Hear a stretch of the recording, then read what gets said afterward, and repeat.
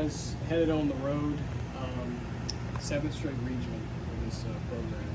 And I know you guys probably felt that maybe you should have been hosting here, but I wonder how much going on the road kind of gives your team an edge and kind of going over there to kind of prove something.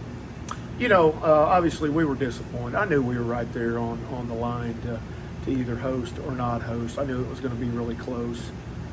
Certainly, you know, I would have thought that our league, being the fifth RPI league in conference, was going to carry some weight, and us finishing second in that league behind Coastal, who is a host, and then winning the tournament, you know, might have pushed us through, but it didn't. So, you know, now we go on the road and we have to learn to play on the road.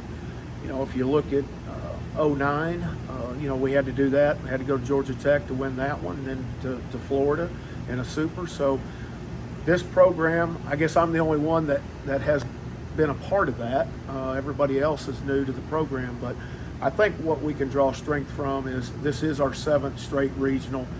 Some of those have been on the road. Obviously last year we were able to win a regional at home and host a super regional. So we'll draw strength from that experience of our older guys and move it forward into this Auburn regional.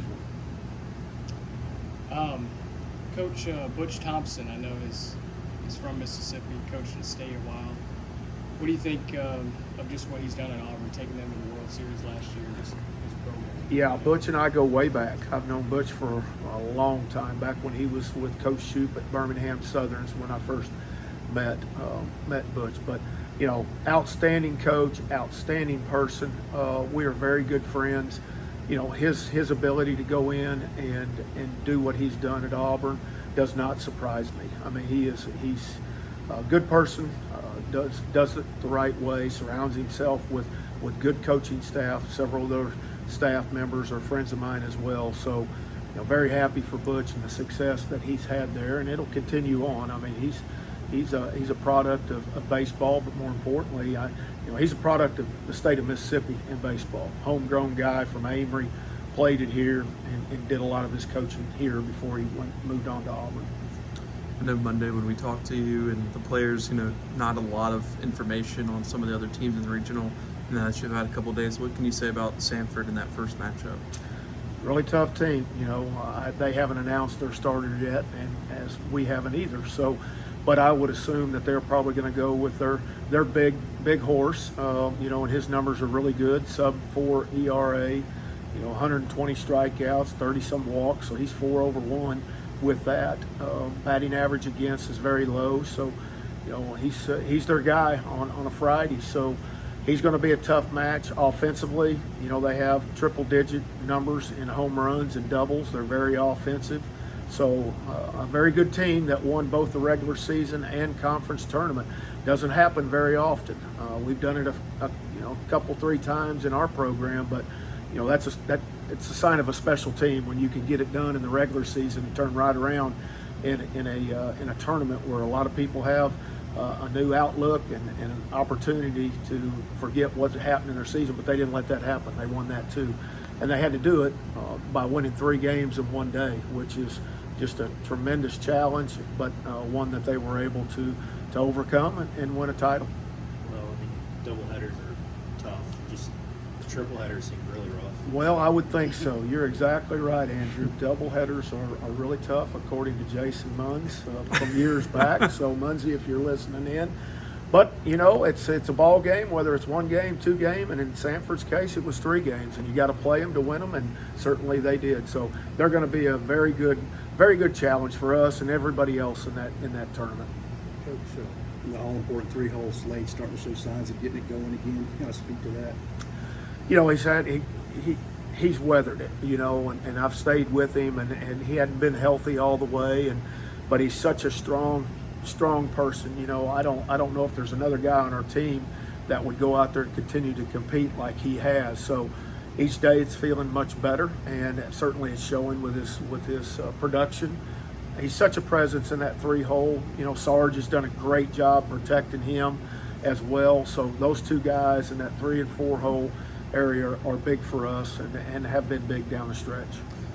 Sorry, you mentioned Sargent because he struggled at the beginning of the year, but just the confidence that you had in him that he would get going. Now he's last week he was huge for y'all. You know? Well, I never lost confidence in Christopher Sargent because I know what he has done. I know the year he had in 21. I know the year he had last year in 22. He's been a big part of what we've been able to accomplish here. And if I would have lost faith in him and lost confidence in him and showed him that, then certainly he would have lost confidence in himself. And that never happened, and he gritted it out. And sometimes, sometimes you slump a little bit, and I played it. I'll be the first one to tell you I slumped more than once, but you come out of it. If you're confident, you're a player, you're willing to dive in there into the mental side to bring you out of things. It's going to happen for you, and certainly that's exactly what is done for Sarge. Can you talk about how you guys landed Chris Sargent? I know he was at Coastal Alabama and his high school teammates with Ewing and Gabe Shepard. Right. Well, that's Travis Creel. Travis is the one that evaluated and identified him back when Sarge was in junior college, and it was a great fit for us, not only on the field but off the field, and who the person he is. He lined up, checked all the boxes that we want checked as a player coming into our program. So, but Coach Creel, identified that and gets all the credit for it, as he does a lot of our players that we have right now. Same thing apply to Ewing? Ewing, I'm not sure. Of course, he was at Pearl River, and he had signed out of high school with UAB, I believe, but ended up going to Pearl River. But I can't really remember. I remember him coming up on a visit and him committing. But I think that was right when Travis might have gotten here as well.